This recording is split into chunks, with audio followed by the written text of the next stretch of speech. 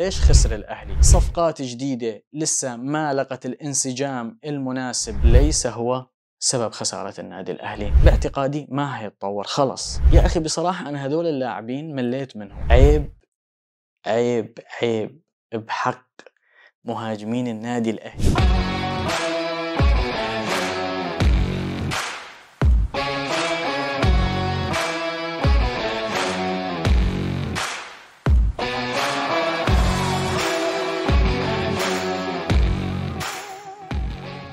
أعزائي المشاهدين، أهلا وسهلا بكم ببرنامج الكرة والجمهور. وبحلقة اليوم راح نحكي عن كأس السوبر الإفريقي اللي كان يجمع ما بين الأهلي المصري واتحاد العاصمة الجزائري. طبعا هذا النهائي أو هاي البطولة أقيمت في السعودية لأول مرة، وحسب ما قالت الأخبار أنه حيكون هذا النهائي مستمر من بداية من السنة 2023 حتى 2027. اللي حنحكي عنه واللي هو الأهم أنه ليش خسر الأهلي، ليش انهزم الأهلي المصري وهو بطل أفريقيا أمام اتحاد العاصمة الجزائري اللي هو بطل الكونفدرالية.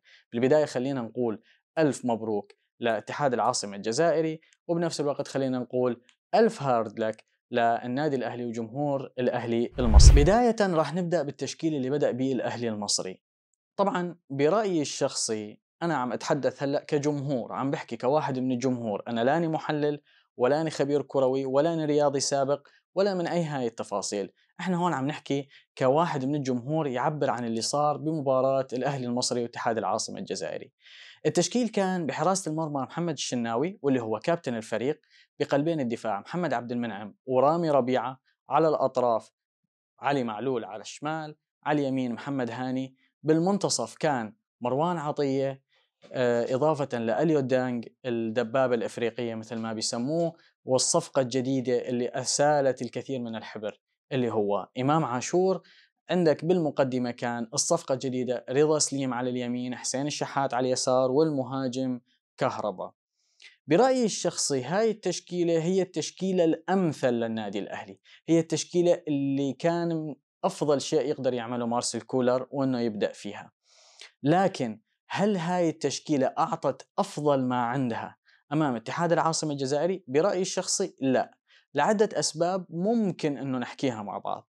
السبب الأول أنه هي أول مباراة بالموسم، يعني بعد انتهاء الدوري الماضي اللي هو الدوري الذي لا ينتهي في مصر كالعادة، دائما متأخر عن كل دوريات العالم.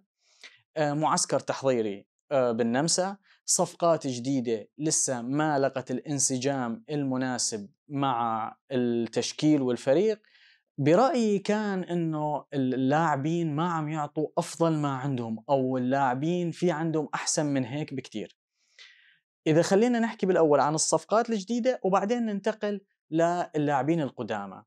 إذا نحكي عن إمام عاشور، أنا برأيي الشخصي إمام عاشور لما كان يلعب بالزمالك والتحق بالمنتخب بهاي الفترة، إمام عاشور كان هو أفضل لاعب بالدوري المصري على الإطلاق.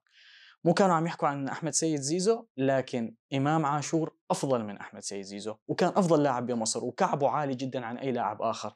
لاعب مميز جدا في وسط الملعب، بتيجي من ناحية تغطيته بالدائرة ممتازة، تقدماته رائعة، دفاعيا مميز جدا، التسديدات بسم الله ما شاء الله، باليمين باليسار، يشوط بكل ثقة، يسجل أهداف. لاعب صغير لكن شخصيته ظاهرة. طبعا هنحكي عن موضوع هاي الصغير وش قد عمره واللاعب الناشئ وكذا، وهاي ممكن نذكرها بهاي الحلقة أو بحلقات قادمة. لكن إمام عاشور مميز جدا. هل يا ترى اليوم إمام عاشور كان مميز جدا؟ باعتقادي لا، في عنده أحسن من هيك طبعا، كان منتظر منه أفضل ممكن كمان. إمام عاشور بيعرف لاعبين الدوري المصري بشكل جيد، يعرف لعيبة الأهلي كمان بشكل جيد، زملائه بالمنتخب لعبوا مع بعض، لعبوا ضد بعض، كان ممكن يكون أحسن من هيك. ممكن أحط ملاحظة وإشارة استفهام على إمام عاشور. هل يا ترى إمام عاشور كان عم يحاول يثبت شيء للجمهور؟ إذا كان هو عم يعمل هيك فهو غلطان. إمام عاشور ما منتظر منه إنه يثبت شيء، لأنه هو بالأساس يعني مثبت ومبين ومبرهن إنه شو إمكانيات إمام عاشور. ما أعتقد إنه هو بحاجة ليثبت إنه هو مثلا لاعب مميز بالتمريرات بالتسديدات بالتغطية بالتقدمات. كان يلعب بمركز رقم 8 مثل ما بيقولوا عنه، لكن هو جيد جدا، لكن اليوم ما كان بأفضل أحواله. قدم شوط أول جيد، بالشوط الثاني لحد تغييره أعتقد أنه عمل شيء يعني متوسط، ما كان سيء ولا كان جيد، ولكن ليس هو كمان سبب خسارة النادي الأهلي. إذا حكينا عن رضا سليم، بصراحة ما نقدر نحكم عليه لسه، ماني شايفه من قبل كثير. في عنده لمسة حلوة، التسديدة اللي أجته بعد الكرة البينية مباشرة، اللمسة اللي شاطها وقدر الحارس انه يطلعها، تبين على انه لاعب عنده لمسة حلوة. في كذا كرة مثلا رماها من الشمال وطلع من اليمين وراوغ وما أعرف إيش، يمكن عنده شوي بالقرارات، لازم يحاول يضبط أموره، لكن كأول مباراة له وببطولة ونهائي جيد جدا من رضا سليم. وارجع أقول ليس هو سبب خسارة النادي الأهلي. مع ذكر الأسباب واللاعبين، إذا تكلمنا عن كل لاعب بمركزه مثلا وإيش صنع وإيش قدم وكذا، طبعا يعني ما بدي أعيد أنا كلام يعني أنت شفته بعينك كمشاهد، لكن رامي ربيعة إيمت راح يتطور؟ رامي ربيعة باعتقادي ما هيتطور خلص. رامي ربيعة قديم جدا مع النادي الأهلي يا جماعة، من لما كان ناشئ وعاصر الأساطير، يعني كان موجود أثناء عصر الديناصورات، أثناء اللاعبين العظام اللي عدوا بتاريخ النادي الأهلي، وراح ورجع ولعب ودكة وأساسي وبمنتصف الملعب وبقلب الدفاع وما أعرف إيش. يا جماعة رامي ربيعة امبارح أشوف له كرات بيطلع لوحده مع المهاجم، بيلعب الكرة برأسه بطريقة، مع أنه يعني اللاعب اللي جنبه كان محمد هاني أو مروان عطية، لما بيرجع بيلعبها بأماكن غريبة وكأنه اللاعبين مو بجنبه. فرامي ربيعة ما أعرف لأيمت حيظل. ذكر أنه ياسر إبراهيم ما بدأ أساسي لأنه كان يعاني من إصابة لحق التمرين الأخير، لكن ما شارك لأسباب فنية. لكن هل يعقل رامي ربيعة للآن بدلاؤه هو ياسر إبراهيم ومحمود متولي كثير الإصابات للأسف، مع أنه هو الأفضل كرة بينهم؟ خروجه بالكرة، طريقة اللعب، الكرات الطويلة يلعب بها رامي ربيعة بصراحة مستفزة بالنسبة إلي كقلب دفاع للنادي الأهلي. محمد عبد المنعم لاعب رائع رائع جدا، ما شاء الله عليه، دفاعيا هجوميا، طريقة لعبه بالرأس. وحنحكي إن شاء الله عن التبديل اللي قام فيه كولر بالأخير وتقدم محمد عبد المنعم للهجوم، لكن سريعا عم نذكر اللعيبة عم نمشي عليهم. علي معلول أدى ما عليه. مروان عطية اللي كان برأيي السنة الماضية من أنجح الصفقات اللي قام بها الأهلي. صفقة كانت مميزة، بوسط الملعب متمكن، دائما يفتح خيارات للعب، يتحرك بحرية بحيث أنه يعطي زميله زاوية تمرير رائعة، لكن اليوم ما كان موفق على الإطلاق، بغض النظر عن ضربة الجزاء اللي ارتكبها، اللي ممكن أي لاعب يقوم فيها بسبب عدم تقدير صحيح بين الكرة وقدم اللاعب، تسرع، عدم تركيز. لكن مروان عطية أنا بصراحة يعني ما أعجبني أبدا اليوم. اليو ديانج كويس، إمام عاشور حكينا عنه، رضا سليم قلنا شو فيه. إذا جينا لحسين الشحات، يعني هذا هو حسين الشحات، جيد لا بأس. لكن أنا مشكلتي مع لاعبين الأهلي عامة كان كثرة بأخطاء التمرير، كانوا يمرروا بشكل خاطئ بشيء يعني لا يعقل يعني. خطأ بالتمرير كبير كان موجود عندهم، هذا هو اللي أفقدهم الزخم، هذا هو اللي أفقدهم السيطرة المطلقة على المباراة. ومن ناحية السيطرة المطلقة على المباراة، أنا قلت لكم إحنا حنحكي هون مع بعض كواحد من الجمهور إلى الجمهور، ما حنحلل، ما حنحكي كثير، لكن الشيء اللي شفناه ونحاول نفهم انه ليش هيك عم بيصير. انا انتبهت مثلا في الدقيقة 29 او الدقيقة 30 من المباراة، اذا بترجعوا للمباراة، كان الاهلي عم يطبق ضغط متقدم او بيضغطوا على لاعبين الاتحاد العاصمة من المناطق الاولى. اتحاد العاصمة كان ما عم يعرف يطلع بالكرة، ما عم يعرف يخرج بها بشكل سليم، الحارس تضغط عليه شوي لوحده بيتلبك ويغلط. هذا اللي عم بيقولوا عنه انه هو دولي وهو الحارس البديل للحارس الاساسي للجزائر والما بعرف ايش من هذا الكلام، لكن ما كانوا عم بيعرفوا يطلعوا بالكرة صح. طيب اذا كان هذا هو اداء المدافعين والحارس، تمام، ليش ما استمريتوا؟ لسه الدقيقة 29، لا تقول لي إنه ما فيهم يطبقوا ضغط متواصل على مدار المباراة، إحنا عم نحكي بالدقيقة 29 و30، راجعين من فترة تحضير، راجعين من إيقاف، راجعين من توقف. لكن يعني ما بصراحة شيء يعني ما أقدر أفهمه، طبعًا مو أنا الشخص أكيد اللي حيقول إنه كولر كويس والّا كولر سيء يعني، أكيد أنا ما حاصير مثل بعض المحللين والناس بيطلعوا على القنوات يقول لك كولر بيفهم وكولر ما بيفهم وما بعرف إيش، أنا قلت لك بالأول برأيي هذا هو أفضل تشكيل كان ممكن يبدأ فيه الأهلي، غير كثرة الأخطاء بالتمرير والكرات الطويلة والعالية الغير مفهومة. لمّا اتأخّر بضربة جزاء الأهلي، دخلوا الشوط الثاني، ما حسّيت إنه كان في عندهم هاي الشراسة الهجومية والضغط وردة الفعل المطلوبة من بطل إفريقيا إنه يطبّقها حتى يسجّل التعادل. لمّا بدأنا بالتغييرات والتبديلات، يا جماعة أنا في عندي مشكلة كتير كبيرة مع بعض اللاعبين، وليش لساتهم للآن موجودين بالأهلي، وحنحكي إن شاء الله عن اللاعبين اللي غادروا الأهلي واللاعبين اللي أجوا على الأهلي. أنا من ناحيتي في عندي مشكلة مع لاعبين، محمد مجدي أفشة وطاهر محمد طاهر. يا أخي بصراحة أنا هذول اللاعبين مليت منهم، مليت حرفيا يعني. أفشة هو أفشة، هو اللي بيرجع وبيلف وبيعمل برجل اليمين وبيلعب الكرة تمام، اجت على اللاعب يا الله، ما اجت على اللاعب يلا عادي وكذا واعمال بايدك وارجع لورا. يعني ما أنا مفهوم أبدا محمد مجدي أفشة بالنسبة إلي. والقاضية ممكن وما القاضية ممكن، خلاص القاضية راحت، القاضية شبعت. يا جماعة شوفوا نيمار وبنزيما عم يلعبوا بالسعودية لسه عم بتقول لي القاضية ممكن؟ يعني غريب مجدي أفشة. ويعني ما أعرف أنا كنت متمني إنه يطلع، يعني متمني إنه يطلع. طبعا انبسطت لما فخري طلع ويا ريت كان أفشة يلحقه، لكن سبحان الله أرزاق ونصيب. نيجي على طاهر أنا بالأساس ما عرفت هو ليش إجا، وما عرفت ليش لساته موجود، وماني عرفان ليش لسه ما مشى. عن جد كل هاي الأمور مع بعض. طاهر كان الطائر ونسر المقاولين العرب. مين المقاولين العرب أساسا لحتى أجيب منهم لاعب وأفتخر فيه وأقول إنه هذا هو جناح النادي الأهلي؟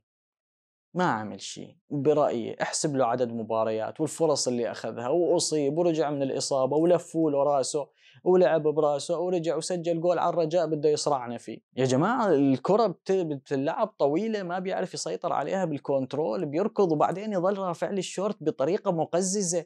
يعني أنا ماني فهمان هاي سبب رفعة الشورت شو هي. لسه كمان صلاح محسن الله يسترنا كمان لسه إذا راح يعمل لنا إياها. يعني طاهر ما أعرف، نزل ما عمل أي شيء، عمل تمريرة واحدة، والتمريرة الثانية اللي لعبت له من محمد عبد المنعم اللي هو قلب دفاع بالأساس، بيعمل لي إياها دبل كيك بالهواء ما أدري وين طيرها وصلت. يعني ما أعرف. هذول اللاعبين عن جد عندي مشكلة كتير كبيرة معاهم، إن كانوا طاهر وإن كانوا مجدي أفشة. هذول التغييرين. التغيير الثالث صلاح محسن، الله يسترنا من صلاح محسن، عن جد الله يسترنا من صلاح محسن.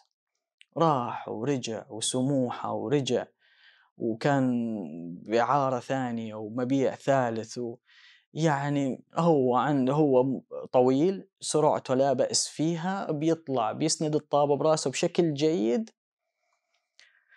ما ما يعجبني صلاح محسن، ما يعجبني. أنا بصراحة ما كنت متمني هاي الرجعة تبعه. يعني رجعته ليش رجعته ما أعرف. يعني بحاجة لمهاجم أكيد كولر، الأهلي تحديدا بحاجة لمهاجم. كهربا جيد، كهربا جيد على مستوى دوري مصري وبين المهاجمين المصريين، لكن أنت عن جد إذا بتفكر فيها كان عندك شاد حسين، كان عندك محمد شريف، كان عندك حسام حسن وكهربا، والأربعة ولا واحد فيهم مهاجم بمعنى مهاجم. يعني المهاجم اللي بيحسم لك، وبينت بالمباراة بصراحة. يعني أنت تخيل متعاقد مع لاعب عمره 35 سنة بس لأنه عنده كواليتي تسجيل أهداف ولأنه فينيشر حقيقي. فصلاح محسن أتمنى له التوفيق، أتمنى يعمل شيء مع النادي الأهلي. كهربا تحركاته حلوة، لكن إنك تشوف بالدقائق الأخيرة تبديل والأهلي خسران وبحاجة إنه يسجل هدف، فيبدل المهاجم وينزل قلب دفاع حتى يخلي قلب الدفاع الثاني محمد عبد المنعم يطلع يتقدم مشان الكرات الرأسية أو تسجيل هدف.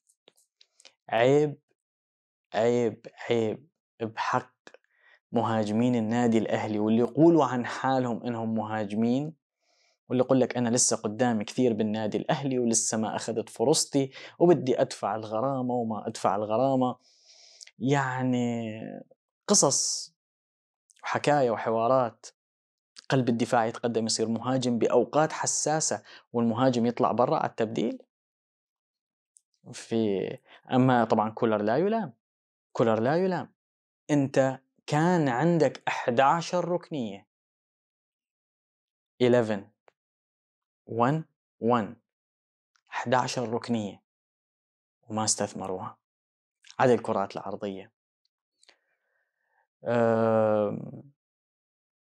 فالأهلي خسر لأنه الأهلي ما كان جيد، وليس لأن اتحاد العاصمة الجزائري كان قوي. أنا طبعا ما أحكي عنه لأنه بصراحة ما بعرفه ولا بعرف لعيبته، لكن إذا ممكن أقول ملاحظة، القتالية عندهم كانت حلوة، روحهم باللعب كانت ممتازة. وبصراحة يلفت نظري أنا الأفارقة اللي بيجوا بالجزائر واللي بيجوا بتونس واللي بيجوا بالأندية المغربية بشكل عام، يا أخي محترفين ما بعرف من وين بيطالعوهم ومع ذلك بيلعبوا جيد. إحنا نجيب ميكسوني ونجيب والتر بلواليا ومبالغ وبتندفع وبيروح بيجي. بيرسيتاو جيد جيد لكن ما أخذ الوقت الكافي، وتحسه استغفر الله راجع من العمرة على هالحلاقة، لكن سد التسديدة برجله اليسار ما كانت موفق بيها. الكرة اللي لعبها برأسه وأخذها الحارس طبعا أكيد هي تسلل حتى لو سجلها. بالنهاية مشان ما أطول عليكم، أنا قلت لكم هو كلام من الجمهور إلى الجمهور، يعني من قلب محب للنادي الأهلي وللدوري المصري. الأهلي خسر لأنه ما كان جيد وليس لأن اتحاد العاصمة كان قوي. سريعا ممكن أذكر بعض الإحصاءات إنه مشان نشوف إنه الاستحواذ كان 64% للأهلي، التمريرات كانت 397 مقابل 233، يعني فرق كتير كبير بصراحة بالتمريرات، لكن دقة التمرير 76%. دقة أنا برأيي منخفضة، مو حلوة بحق النادي الأهلي، وببطولة ولقب وكأس إنه تكون ها هي أرقامهم. ما هحكي كثير عن التسللات وعن القصص وعن الأمور لأنه لا يقال أكثر مما قيل. شكرا لكم للمتابعة، بتمنى أنه تعملون اشتراك بالقناة، تدعمونا، اكتبوا لي بالتعليقات إذا كان كلامي هيك واحد من الجمهور أعجبكم ولا لا، شو النقاط اللي اتفقتوا فيها معي، شو النقاط اللي اختلفتم فيها. راح أقرأ كل التعليقات، راح أجاوب قدر الإمكان إن شاء الله. أتمنى التوفيق للنادي الأهلي، أتمنى إن شاء الله نشوف مباريات أمتع وأجمل للأهلي وللدوري المصري، وحنحكي عنها إن شاء الله بالتفصيل. عندنا حلقات كثير وكلام كثير من الكرة والجمهور. محمد علي كان معاكم، والسلام عليكم ورحمة الله وبركاته.